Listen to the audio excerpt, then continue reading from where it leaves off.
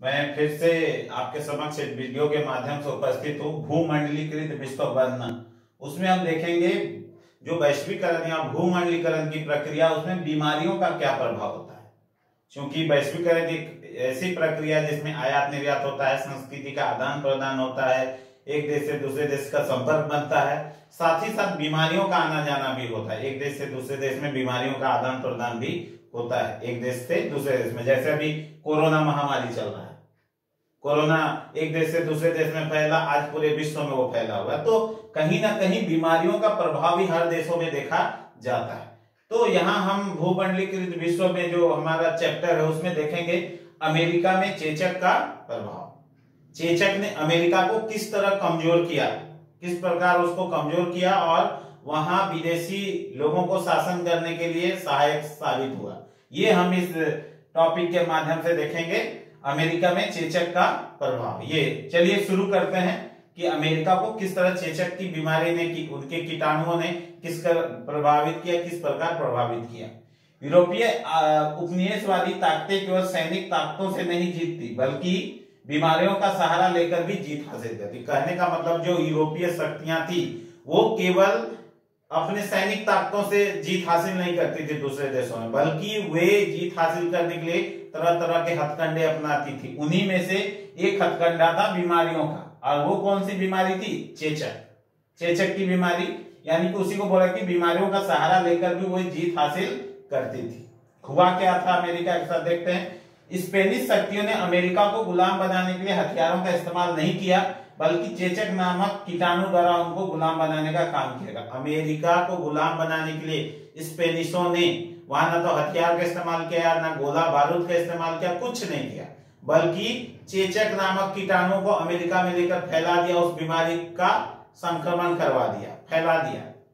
यह चेचक नामक हथियार स्पेनिश सैनिकों और अफसरों के साथ वहां पहुंचे थे, और ये जो स्पेनिश के जो अफसर थे, सैनिक थे, जो वहां जा रहे थे, उन्हीं के साथ ये चेचक नामक बीमारी अमेरिका पहुंच रही थी।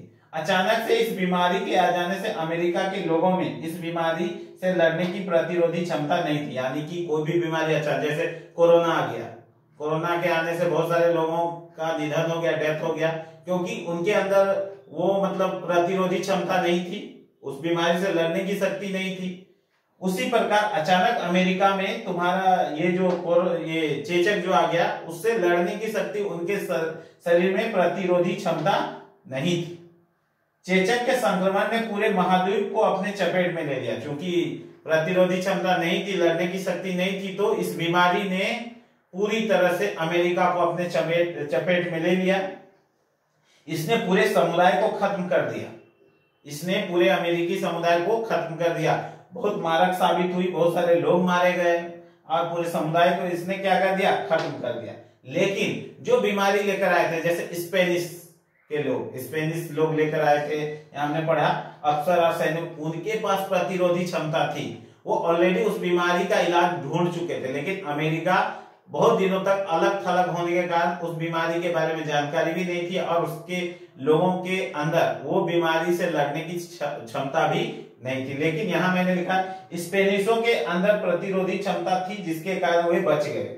मतलब उस बीमारी को वो पहले जान चुके थे, उससे लड़ने के लिए, उस तरह के बीमारी के इलाज के लिए दवाइयां बना चुके थे, उनके अंदर प्रतिरोधी क्षमता थी और वो अच्छे थे। यानी कि अमेरिका के लोग मर रहे थे, स्पेनिश सुरक्षित थे। जब अमेरिकी समुदाय खत्म होने लगा तो घुसपैठियों के जीत का रास्ता आसान हो गया। कहने का मतलब है कि जब अमेरिका के लोग कमजोर हो गए, मरने लगे, तो स्पेनिश जो अपना जाल बिछाए थे, उस जाल को बिछाने में, उस जाल को आगे बढ़ाने में वो सफल हो गए, और अमेरिका को गुलाम बनाने में, उस पर शासन करने में, उसके खनिज संपदाओं का इस्तेमाल करने में वो शक्तिशाली साबित हुए। तो यहाँ यही बतला रहा है कि वैश्वीकरण से बीमारियां भी फैलती हैं, और बीमारी के कारण ही अमेरिका भी स्पेनिश का गुलाम बन गया। वहां का जो मतलब खनिज संपदा है उसका इस्तेमाल करने लगा। अमेरिका के लिए वो बहुत घातक साबित हुआ, बहुत सारे लोग मारे गए, जिसके चलते उनको काफी नुकसान हुआ। तो बच्चों यही है अमेरिका में चेचक का प्रभाव। यानी कि आप समझ सकते हैं भूमंडलीकृत, यानी कि वैश्वीकरण से आयात निर्यात हो रहा है, संस्कृति का आदान प्रदान हो रहा है, खान पान हो रहा है, पहनावा ओढ़ावा, सब चीज बदल रहा है। साथ ही साथ बीमारियों का आना जाना भी हो रहा है। उसका सबसे बड़ा एग्जाम्पल कोरोना, कोविड, जो अभी तत्काल में हमारे देश में भी चल रहा है। किसी दूसरे देश में ये उत्पन्न हुआ, आज पूरे विश्व को अपने चपेट में ले लिया। ये किस कारण हुआ? वैश्वीकरण के कारण हुआ, क्योंकि पहले भी लोगों का आना जाना था और आज भी संपर्क उससे ज्यादा है वैश्वीकरण के कारण। नजदीकियां बढ़ी है, तो यही बतलाना मैं चाह रहा था। अब इसको समझिएगा और अच्छे से देखने का और हो सके तो नोट्स बनाने का कोशिश कीजिएगा। Thank you so much.